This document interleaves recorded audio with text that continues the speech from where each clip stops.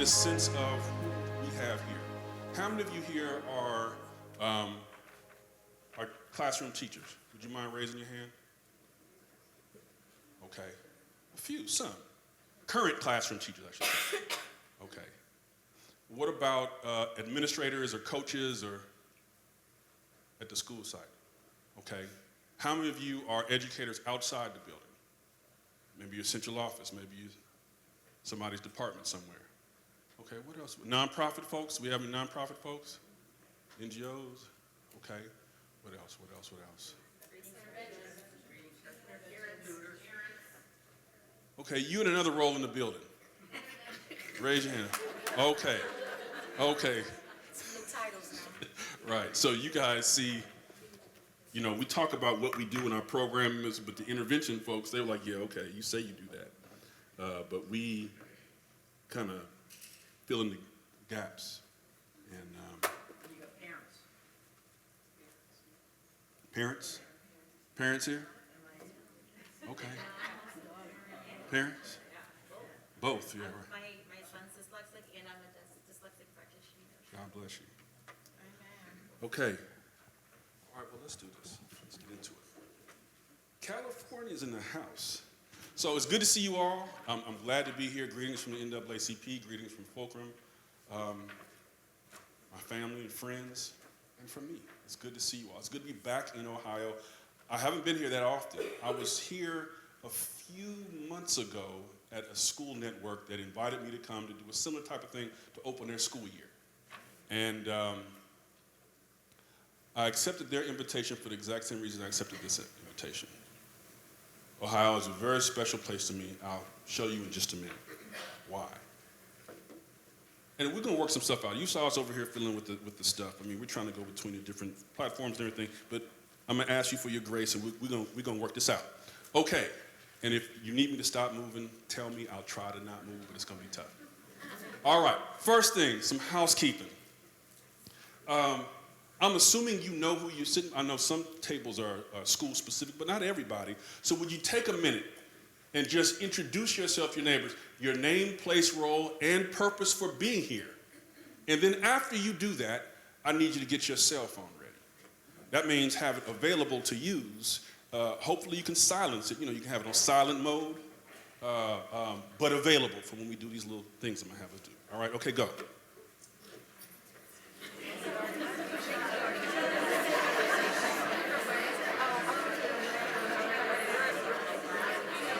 Okay, let's jump back into it. This is old principal trick. Watch this. Watch this. Thank you. Thank you. Thank you.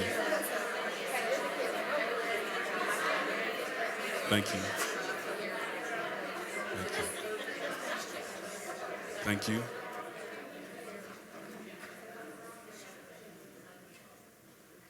Thank you. All right. Every now and then we'll have little phone breaks, so I'll have you do little things with your phone, so just have it ready. Okay. Let's go. You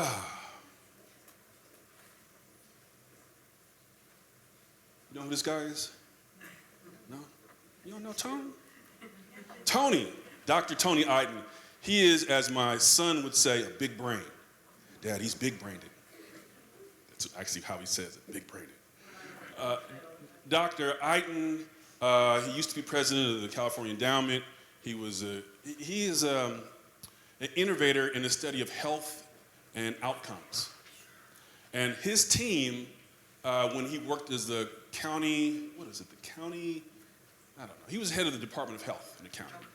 And he had this project, which basically was trying to figure out what caused health outcomes. What are the factors? You know, is it health insurance? Is it this or what is it? And so he came to Oakland. I was a principal at the time, and he gave this presentation that blew my mind. And afterward, I kind of chased him down. I said, I gotta have that, man. I didn't know why I would need it. Something said, go get that. So, and what he showed us, I'm going to show you a little piece of it, just a little piece of it. It's so cool. So he wanted to come at education from a public health perspective. Okay. So what he said was, there's stuff that impacts your health, okay? Your external environment, everything around you. And all these different variables have an impact on you. In fact, these variables, whether it's, your housing situation or your just the stress of your job or your relation, whatever it is, it creates a certain load. And your body produces a hormone called cortisol. And this cortisol, he said, this has the effect of weathering your internal organs. That's the word he used, weathering. He said that when they do their autopsies, some people's organs look like grapes. Some look like raisins because of the impact of this cortisol. That's what causes fight or flight. And it's normal, it's natural, it's good, you need to have that. But to continually have that on an ongoing basis, that's a problem.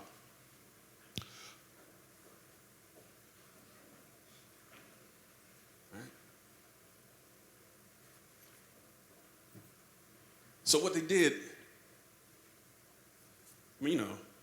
that's their thing. They studied death certificates. About 600,000 death certificates, him and his team. And they looked at the cause of death. I wouldn't do it. That's what they did. And they controlled for things like gun violence, homicide, or AIDS. There's some things that they just kind of took off the table because they really wanted to see what these different stressors were doing. You could be living a certain lifestyle, and then all of a sudden you get hit by a car. Well, that's not really what, we're trying to find out what the impact of this stuff is on you as a person and your life expectancy. So they went through these things for Alameda County. So this is Alameda County. Think Berkeley, California, UC Berkeley, I don't know, from Oakland, it's in there. We always think of it as like a boot. It's going to crush San Francisco across the border. But that's Alameda County. So they looked at all the death certificates in the county, and he found something. He found that by tract of land, you could actually identify life expectancy. I sat there, I was like, whoa, huh. And he had it all mapped out. Those aren't cities, those are just tracts, neighborhoods. It's the same thing I did with my brother when we were teenagers, when this was during the height of the crack epidemic, and okay, so where have people been killed in the last 6 months? What streets, what time? We gotta avoid this, we gotta avoid that. We actually mapped it, not like this, but we actually mapped it out. It's like, wow, so you could have got a job doing that? That's a survival technique that many young people have to have, is the ability to know what not to do and where not to go and when not to go there. Control the controllables. So anyway, that's what he did. And he found that there were some tracts of land where the life expectancy was lower. From all these environmental factors. Maybe it's the water, maybe it's whatever.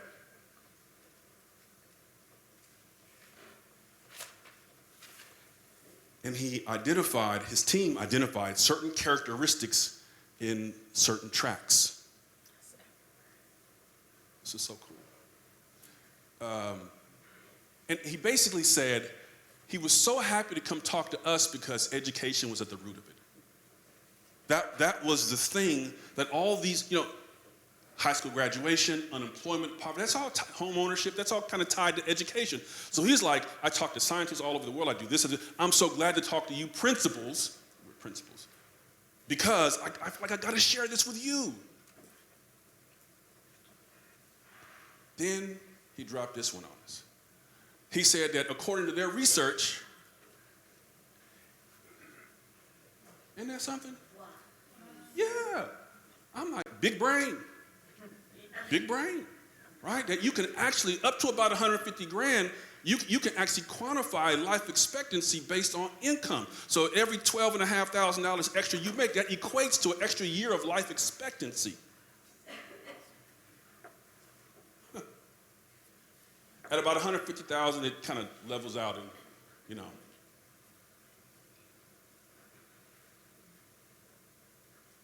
And they did this all over the country.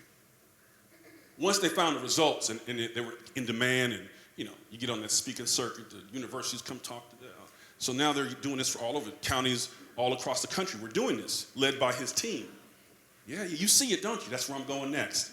I'd never, until I went to that place in Ohio recently, I hadn't presented this to anybody. You're the second group I've done this to. I just held it for over 10 years. I didn't know why. My spirit said, get that. I didn't know why. Why? All the times I've lost my thumb drives and all the rest. Right. So look, that means nothing to me. I don't know those places. I was just a principal in the room, but you probably have heard of that before because that's the Ohio, that's the Cleveland area. And what he said is, look, you're talking about neighborhoods just a few miles apart with almost a 25-year difference in life expectancy. Controlling for crime, controlling for all that. Throw that out the window. Just the environment and the load it puts on your body. What's coursing through your veins. 25 years out the gate.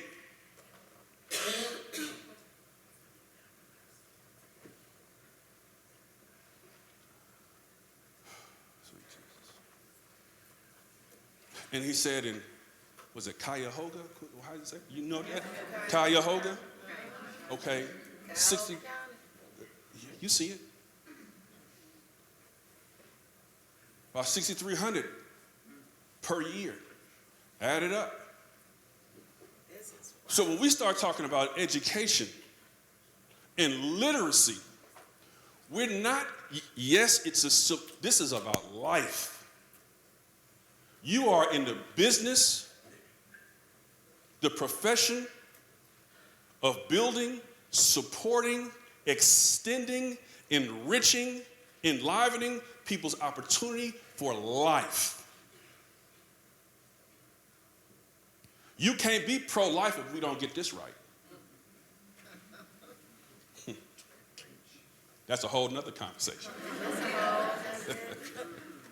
Well, we going there today. So yeah, I saw that and I grabbed it and talked to him, and he said at the end, he said it packs every area of life. So that's my framing introduction for this, and that's why I'm here. Phone break. Jump on the phone. I need you. I know some of you have Siri, some of you have, what's the other one? The Siri, Alexa, whoever you talk to. Whoever your Oz is. Ask Oz, some of you don't know who Oz is. Ask Oz to answer that question. What percentage of incarcerated people are functionally illiterate? Go. And when you get the answer, whisper to your neighbor. I know I heard somebody just ask Oz first.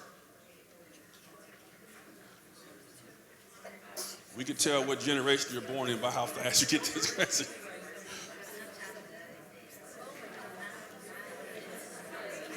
No service? Got that AT&T, She got it. Uh-huh. They got it. Who's your carrier? Who's your carrier? Oh, okay, all right. They got AT&T. They're struggling over there. You got it? You shared the information? There are some people who can't get on because I don't know why they can't get on, but they can't get on. So would you please, I'm assuming that you're sharing with the people at your table, right? But for the people over there who can't get the Wi-Fi, can you tell them what you came up with? We came up with 70 to 75%. 75%. Anybody else have a different answer? I got 60 or 3 out of 5. Okay. Yes. 85 85%. 70 to 75%. 85% for youth. Let's just stop and think about that for a second. Those big numbers. That's big numbers.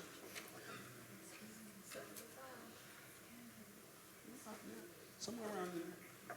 The studies that I've seen said that, but I can see, I'm sure there's lots of different studies. Yeah, sure. It's not small. People talk about the school to prison pipeline and all that. So the context of why we're here today, well, let's leave that alone. You see it. The data speaks for itself. Okay, keep it moving. Break is over. Now, key question number 1. How do we encourage educators to be open to more effective methods and ideas? That's one of the things they told me to talk about. Make it up close and personal. Oh, you already answered the question? Who's that? Who was that? Was that you? Go ahead. Since you're going to call it out, what is it? It needs to be up close and personal. Up close and personal. Okay. All right. Encourage. How do we encourage educators? So I'm here to talk about the change process. Most educators, if they knew, most educators want to do the right thing. Okay. If they knew what to do and believed in it and had the right leadership and support, they would do it. That's my belief. I might be wrong. Now, I know there's some folks who just don't want to do right. I understand. I'm just telling you where I'm standing. You stand what you want to stand on. Most educators, by the way, for you principals, your teachers can sniff that out. They know whether or not you really believe in them or not. I don't care what the mission statements say. Your tone of voice, the way you look at them, the time you come, they know. So you got to resolve that on the inside of the inside before you even go in that door. All right. So first off, there are some things that have to be in place, some technical pieces. I will share some of those technical pieces with you later, not right this slide, but in a second. But then the second bullet is you have to be willing to be open to the dissident voices. I have some people that I train through new leaders who, if you weren't on board, they were ready to kick you off the train. That's part of the reason why we recruited them, because they had that fire in their gut. But I'd rather teach a person to kind of tone it down than to have to wake them up. So I was okay with that. I was like, but you can't just because somebody doesn't disagree with you doesn't mean you got to run them out. Initially. That's an opportunity for you to engage. Why can't you engage? Why can't you make the case? They think differently. Okay. And? This is America. People have different thoughts, thank you. Different beliefs. If we all thought, look, come on. Are we not willing to go there with our teachers or our principals? Are we too high-minded, or do we not know our stuff? We haven't done the work ourselves to figure this stuff out, so we can't handle any dissonance because we can't really engage in a robust dialogue. So I was on Twitter the other day. I'm getting used to Twitter. I'm not really used to Twitter, but I'm working on it. They tell me, Kareem, you got to do it. I'm trying. I'm spotty. But this is all I said. That's it. Oh, the second part of that thing was listen and try to win them over instead of tone policing. You know what tone policing is, right? No? Come on now. Come on. Okay, I'm going to say this on behalf of all black people everywhere. White folks, y'all are masters at tone policing. You may not know you do it, but you do it. I know that's tough to hear. I'm sorry, but it is what it is. Listen, and sometimes maybe people do need their tone police. Fine, go ahead. But if you're trying to get results for kids, I submit to you that may not be the best strategy. Let me show you what I mean. So I put on Twitter, special ed teachers are the salt of the earth. Now, I thought that was non-controversial. I thought I had a good day. I was appreciating my child's teacher. I was like, you know what? I love special ed. I was reflecting on the wonderful people I'd come in contact with. I'm thinking, you know what? That's it. That's it. I didn't have a big explanation because I didn't think it was necessary, right? And I came back the next day, and there was some good things on there. Some people had said these. Why, thank you. Thank you. My feeling precisely. Yes, you are. Yeah, okay, right on. My people. Yeah, all good. Closed my computer, went to bed. Woke up the next day, and I saw this. Listen, I'm going to ask you not to use labels. Federal law states special education is a service, not a place. If this is a law, then we need to adhere to it. There are no spare teachers, classrooms, or students. We are teachers supporting students with accommodations, hopefully through UDL. Now look, I'm a professional. You understand? And I'm trying to hang with people. I'm trying to bridge differences. And so what I've learned is sometimes it's best to just not say anything. Sometimes you just got to be cool, all right? Yeah, especially on Twitter. But actually, no, especially in real life, because people could not just listen to you. They see your face. You might not say anything, but you got to fix your face too. So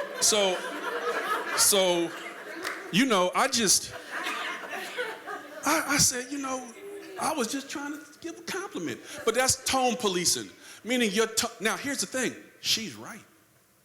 She is. However. Yeah. She's right. All what she's saying is that's your federal law there. Yeah, fine. She's right in the technical aspect of it. But if you think education is broken because of the technical stuff, I got a bridge to sell you. It's the adaptive human work. We're going to get to that later. So yes, she was right, but you can be right and still be wrong. Every husband knows that. Come on, somebody. Come on, somebody. Listen, it's me and you against the world, man. We're going to get through this together. Okay, so let me keep going. Okay, so look, we're going to encourage educators to be more effective, but here's the other thing.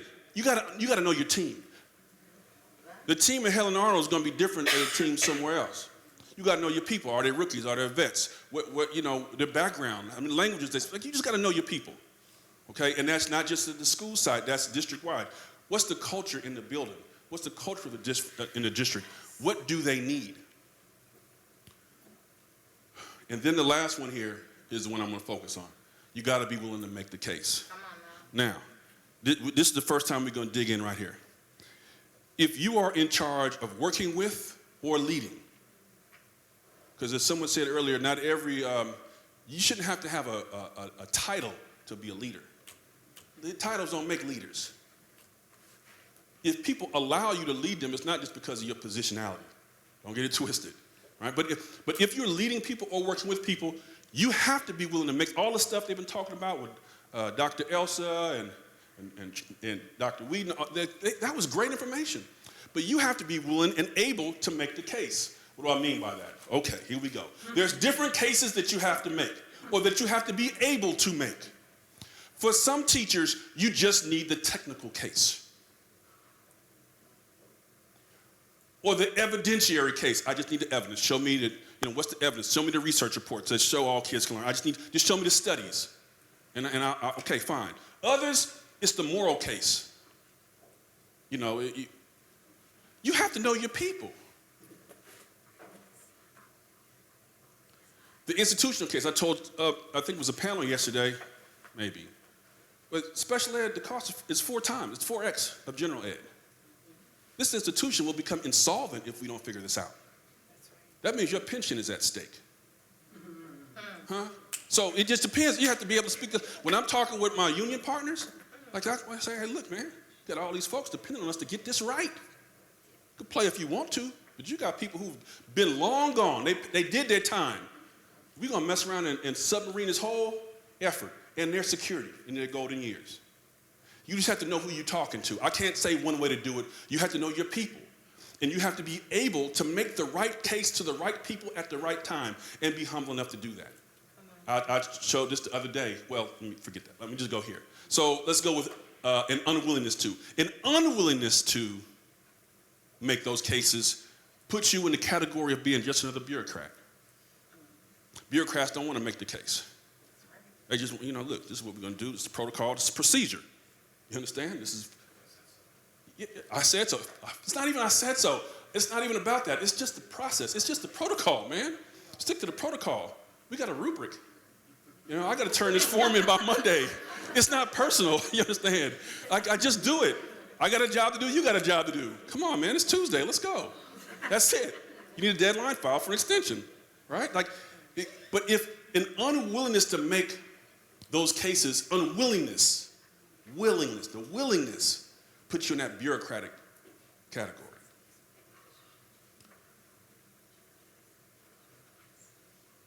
And people will interpret that a certain kind of way.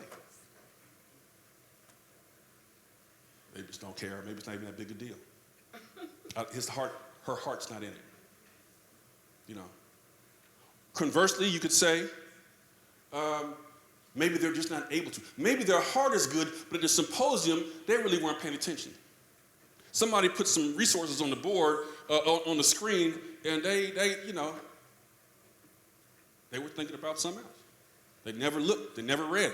Then, so when someone asked that question, they couldn't answer. They might have tone policed them, but the person they were trying to win over on the inside rejected that because they recognized that that's not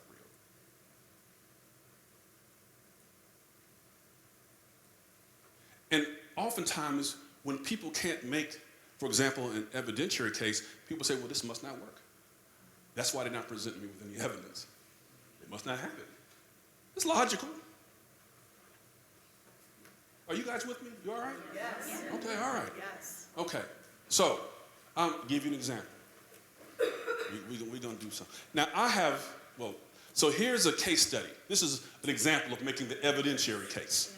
Okay, here's an example. This is a Seaford, Delaware. How one school district in the capital of the world, 9/1 capital, faced state takeover for poor performance, then became the best in Delaware. I mean, you hear these turnaround stories, right? You heard Helen Arnold. It's like, so what happened?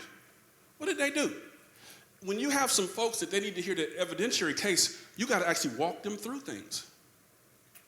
Just show them, this is what happened. This is what we did. That's why I came to you. This is what we did, and this is what happened. So I want to just share a few clips with you from this podcast that highlighted this school district. Oh, yeah, that's the podcast. Anybody ever heard of this? Look around. Look around. Huh? See that? We're going to talk about that a little bit later, too. Extraordinary districts doing ordinary school districts that get extraordinary results. I think they're on like season 5 or 6. Yeah, I never heard. I'm telling you.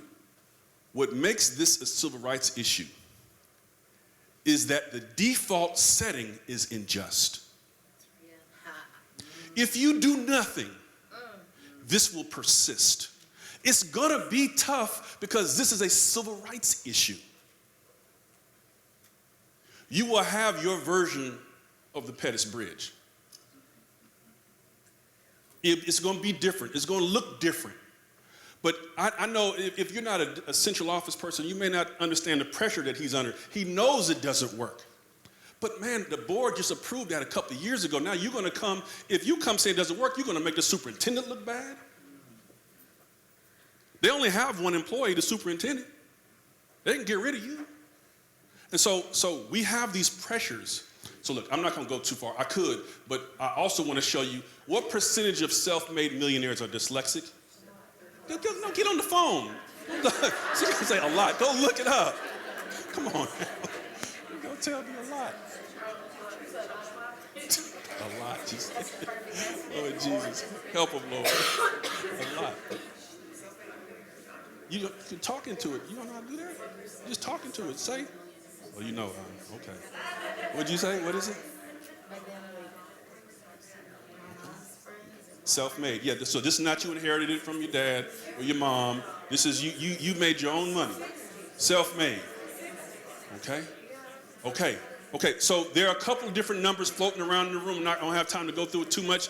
Some have found 60, some have seen 40. So I just went with 42.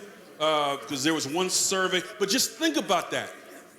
Just whether it's 40 or 60, just think about that. The things that we consider as a disability.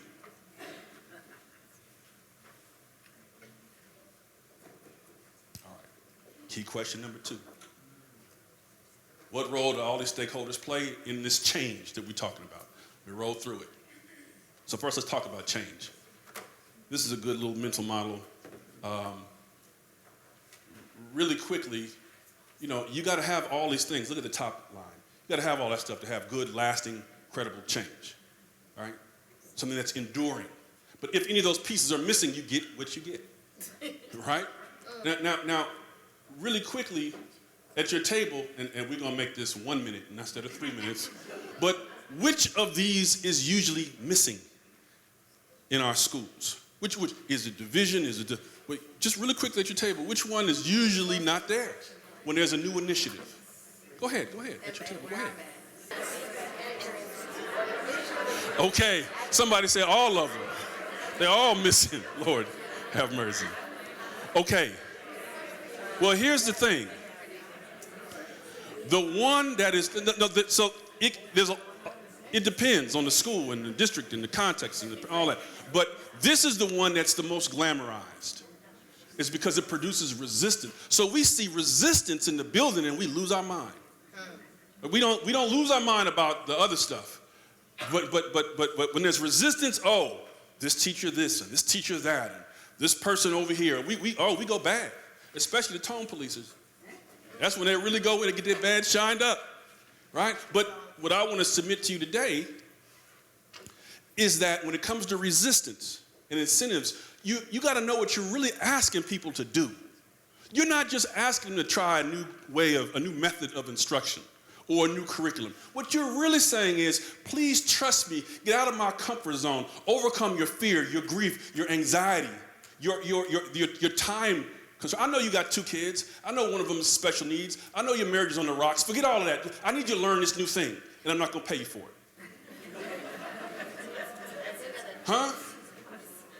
I know you don't mean to say that, because you come in bright-eyed, bushy-tailed, just came back from the conference. But I'm telling you what people hear. It's not what you say, it's what people hear. And I'm not even convinced this is the right thing to do. And she won't even make the case, which means it must not even be real. So there's the technical things. So this is the stuff for there's an inner bureaucrat in all of us. These are the things you just got to get right. These things that you got to get as many of these as possible. You just got to do.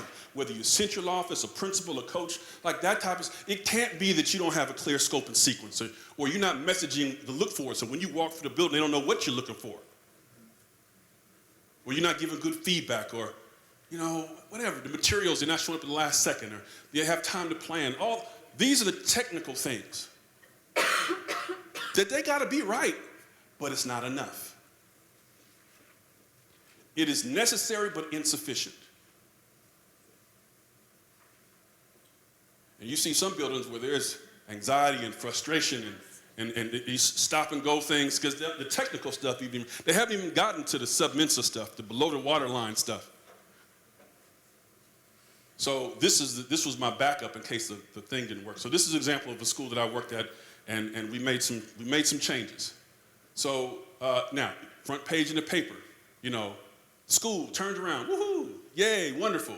And I just want to, so here's one person, the parents had gone on strike.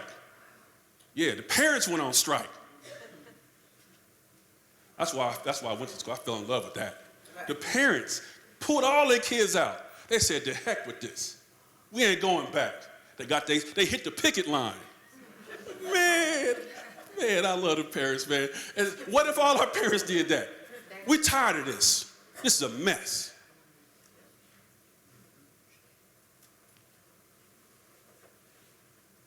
Wait, is that all I had to say there? I guess so. That's all. Second thing, so we had a situation where a third teacher in 10 months was placed on administrative leave. Now, All but 3 had been on some sort of a leave before. Okay, it was at school. So you central office folks, know what schools y'all do that too. Cut that out. 3 in 10 months. And when it happened, they were, oh, here we go again. It's going down again. Just that doom and gloom, it starts to kick in, Because there's a story behind every last one of those things. And there's friendships involved. That's my friend that you just, So, but the principal taught the class itself. I heard somebody say, was it you? Somebody said that, did you go teach it? Somebody said, as a principal, I think it was you. Yeah, go teach. That's your chance. Go teach, go do it. You the head teacher, the principal, go get in there, right? So for a principal, it's either or. You can complain about it or you can do it. You can figure out where the gap is and you can fill the breach. I wish I had more time than that. Now, and then there's this doom and gloom. But they said it didn't go toxic because they were so happy about the academic growth. The kids are starting to read. Man, I ain't got time to fuss and fight over this. She was jacked up anyway. Stole my parking spot. Whatever. One teacher said, I've watched kids essentially go from non-readers to being able to read. So that was the buffer. That's what people were willing to give some grace because they saw the kid. Teachers, I don't care what's going on.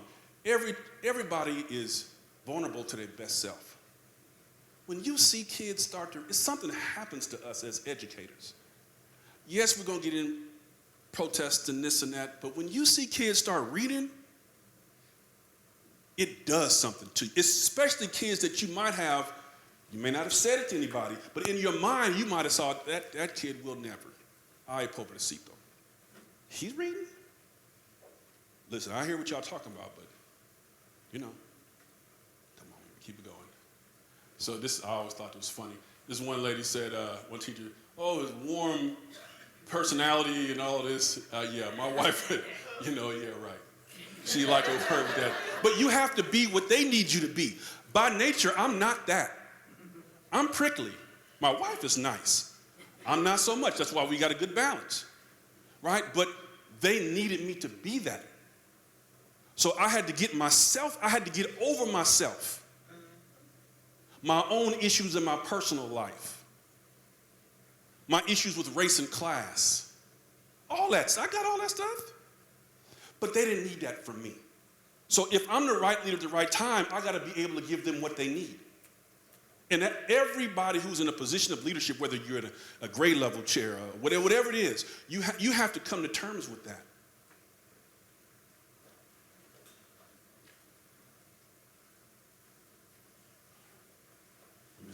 I'm sorry I'm speeding through, but I love this one. I'm a union rep. Listen, I don't agree with everything he's done. But, we're going to keep it moving. It's been a breath of fresh air. And we had a union, we union strong. Everybody had been disciplined before. Oh, best believe we know how to circle the wagons.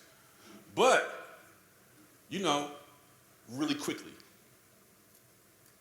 I bindered and passed out all the data for the formative assessment. You get every teacher's data. That's like dropping an atomic bomb, right? Yeah, I did that in love. And I prayed on it, I thought about it, measure twice, cut once. I did all that, and here it is, in binders. And predictably, it was not pretty. I listened and I listened and I listened. And then I said this. So let me get this right. You mean to tell me that a person can give their whole life and sacrifice and give from the inside out and pour into children, and then when they leave their room, they're supposed to forget about them? They don't care nothing about them and their family? No. You have a right to know what happens to your children because you might know something that the other teacher doesn't know. You might be able to help him. We got to get over ourselves. We have to be willing to share and open up our practice because we love these children. And you have to trust each other, not to judge each other. Don't worry about me. But you might know something that you don't know about Josefina and her family. That you will only find out through this. And they stood down. They said, yeah, you got a point, Weaver. Now, he didn't like that. He respected it, but he didn't like it. That's all right. Sometimes that's the win. One of the parents said, children read like her. Okay, keep going. I don't have time for this. So this is Dr. Cleon Anderson. Dr. Anderson is now a professor, Dr. Anderson, but when he was in 9th grade, he couldn't read. Literally, he's just dyslexic and all of this. And I know, I'm sorry. Go ahead. You can play it, go ahead. But now he's now a reader for the UC system, the California system. You want to apply to Cal State, Cal Berkeley, whatever, he gets your application, he reads it. He bets. He's a published author, a business owner. He's the man. Could not read in 9th grade. So in K through 8, I received messages about me being unintelligent. I knew because I had been assessed that there was something wrong and that my brain did not necessarily work like everyone else's. But before 9th grade, I'd never had anybody sit me down and really explain, this is what dyslexia means. This is why you process things the way that you process them.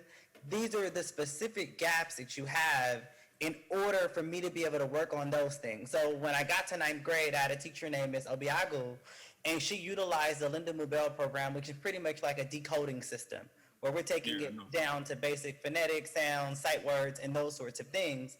In addition to teaching me those basic skills, she really connected me to literature that I could identify with. When I got to high school, I was reading at a 2nd to 3rd grade reading level. I met Miss O. She helped me develop those basic skills, and within a year's time frame, I was reading at about grade level, so going from reading at a 2nd grade reading level to almost being like 9th to 10th grade. By the time that I went to my 2nd year of high school, I was taking honors and AP classes, and by my junior year, I'd even taken some community college classes and landed an internship.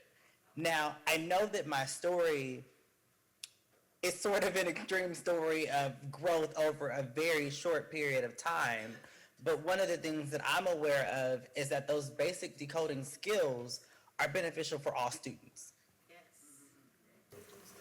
Sorry.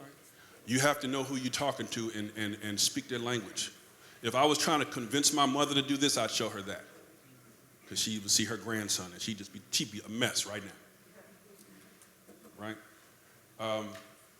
Let me roll through this. Let me know how much time I have. So you saw that chart with all the different categories of the things that we need. But then there's the adaptive pieces. There's the touchy-feely stuff. Right? All that has to happen in a circle of trust. You want to know, how to make change? You have to create the right culture.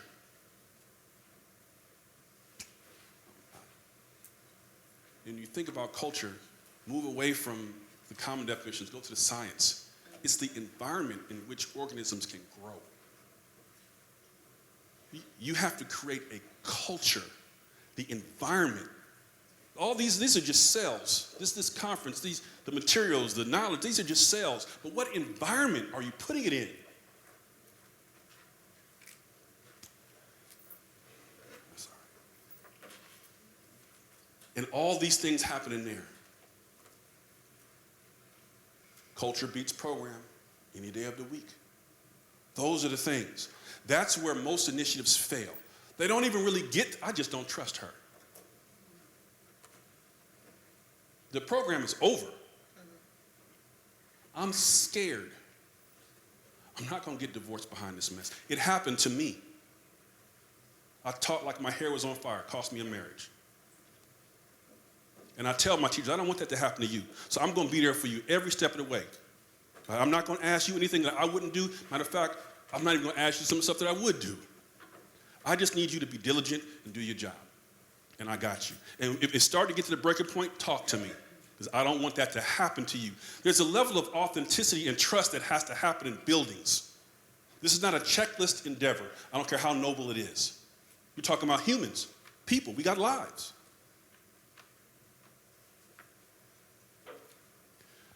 And you're displacing oftentimes what's comfortable. And there's some grief with that. I just figured this thing out. I'm in my 5th year, so there's a loss that comes with losing that grip. Okay. For the board members, so for the different roles, really quickly, for the board members, You got to make literacy part of the superintendent's performance evaluation. That's got to be part of the performance evaluation. I'm going through everybody, so y'all say the clap. I'm getting real neck. For the superintendent, you got to find the right chief academic officer. And the messaging has to be ongoing. When you say, yeah, well, we explained to everybody what we did, yeah, but that was 2 years ago. Your whole staff turned over every 2 or 3 years. 80% of them teachers don't even remember why they're doing this in the first place. They just got out of grad school, and the grad school said something all the way different. Curriculum directors. CAOs, you got to get good curriculum. There's high quality curriculum. Go to Student Achievement Partner, they got a list of it. There's some great stuff. I would go to, hey, what did Seaford Delaware use? But instead, we just look at our neighboring district. What are they using over there? Some of that stuff's not high quality. It's not. And it's not aligned to the contract. If you got 120 minutes of prep time a week, and the thing takes 3 hours to prepare, that's a problem, unless you just want to fight. You know, come on now. Principals. Listen, that's a metaphor, speak to the bones. All those things go with the principal. You got to hire right. You got to be the head learner. You got to know your season. Maybe it's not your season. Whatever you got going on in your personal life, if you can't reach people, if you can't let your guard down and be real with people to lead them the way they need to be, maybe it's not the right school for you. Maybe you need a sabbatical, whatever. Speak to the bones, that's just a metaphorical way.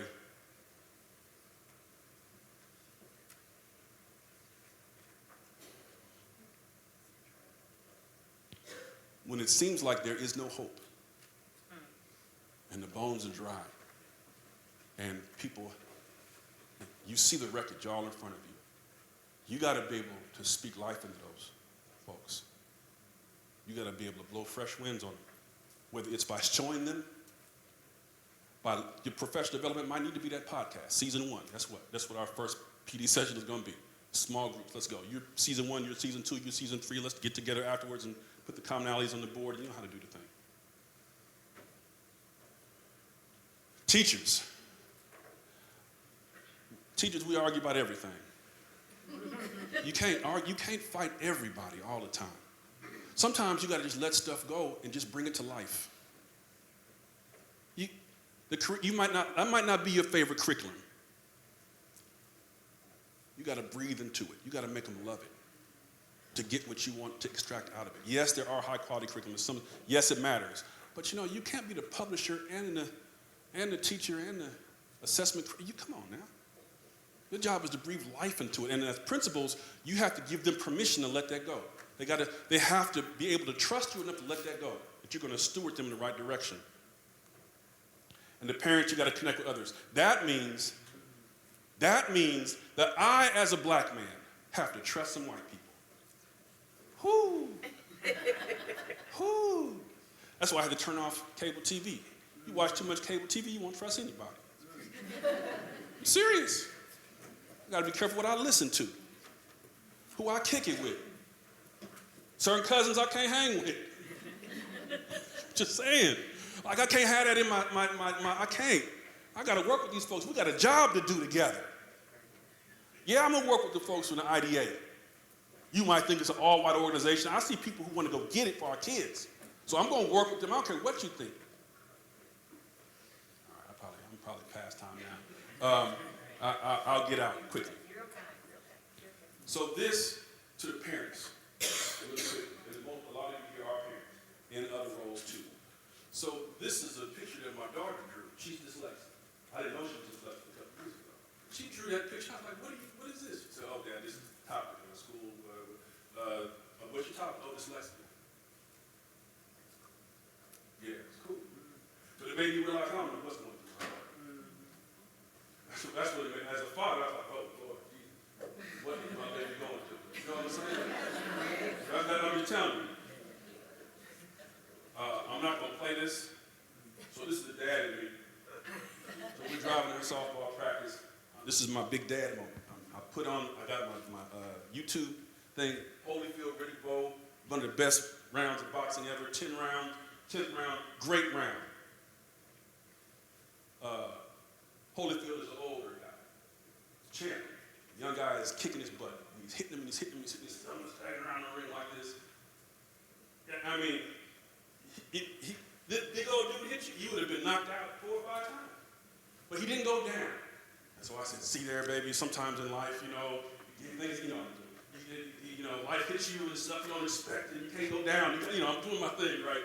You got to just say, I was like, so, this happened to me one time, I'm still here, I'm doing this, you got to hang in there, Can you relate to anything like that? Does anything in your life remind you of that? Getting hit like that, and you don't even have your wits about you. The only thing keeping you up is your training and this and that. She looked at me dead-eyed. We're driving. She said, school. Yeah, that was my reaction too. Oh, God. We didn't say another word the rest of the trip. I won't even play these things. I didn't know if I was going to get time to play these or not. I'm not. It depends on the audience. I got one is a young white kid from Scotland, and he's incarcerated, and he's talking about, and they find out he's dyslexic, and he says, you mean they didn't even do that for me? They wouldn't even figure that out for me? Other kid is one of my students. It just depends on the audience. There's a 60 Minutes one with Marva Collins. I love this. If I had time, I would definitely play this one, where 60 Minutes came and interviewed her when they were in 3rd grade. One little girl was considered functionally, educably retarded. That was the term, educably retarded. Then they came back X number of years later to see her graduate magna cum laude from Norfolk State. Yeah. While people are running behind Lucy, Marva been doing it for years. She passed away not too long ago. Ronald Reagan wanted her to be the Secretary of Education. She said, no, I can't do that. I wish you had.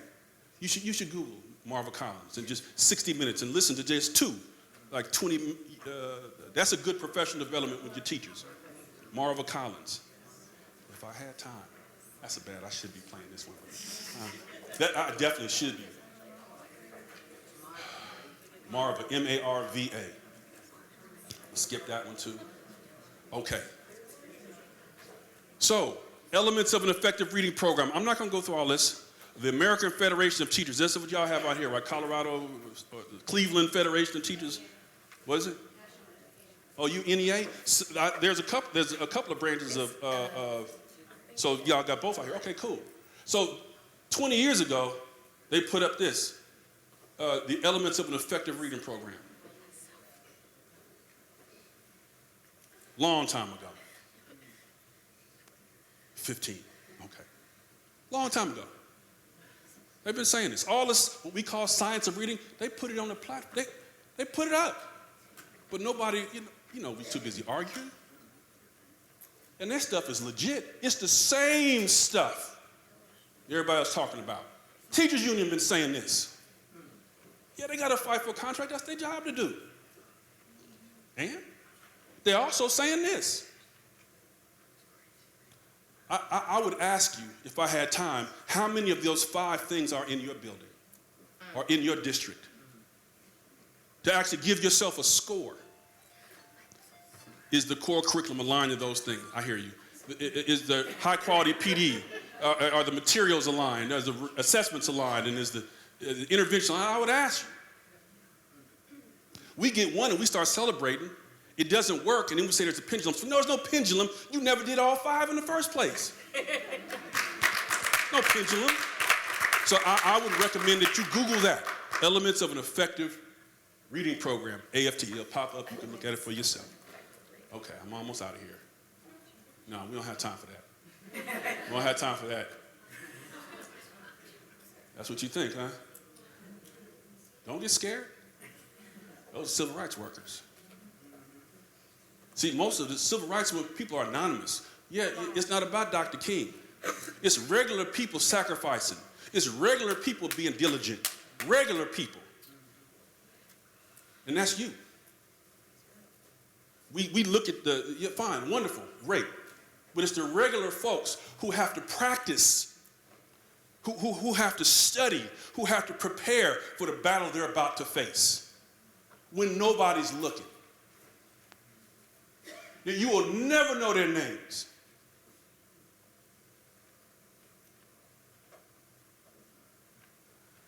Those 3 young men were killed. One of them, Cheney's. my hometown, well, my family on my mother's side is from Cuba, Alabama, a little small town near Meridian, and so they, they're like legends out there. But most people don't know their names. They've forgotten about them. But they have families. They have daughters. That's Dr. King's daughter. That's James Chaney's daughter. That's Malcolm X's daughter. They have families. They have lives. They're real people. They sacrificed. It cost them something. We don't have to pay that kind of price. We just have to be diligent. Thank God it's a new season. All they're asking for us to do is to be vulnerable, be honest, be diligent, be steadfast, be curious, be grounded, and to be able to make the technical cases and the adaptive cases that we need to make. Yeah, that's right. I forget. School in Appalachia, bunch of kids in poverty. I'll go through the examples. I think I had 2 more.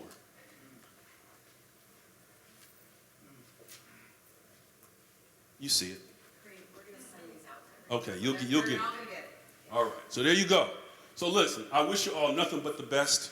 I know this is kind of a non-conventional thing, but I just want to encourage you. Right? Yes, you can have a checklist of things. Yes, you can have your rubric, but it's also in the heart. You got to be willing to engage people and have the difficult conversations. But you have to be studied and prepared so that you can have those conversations knowledgeably. Does that make sense? All right, thank you guys.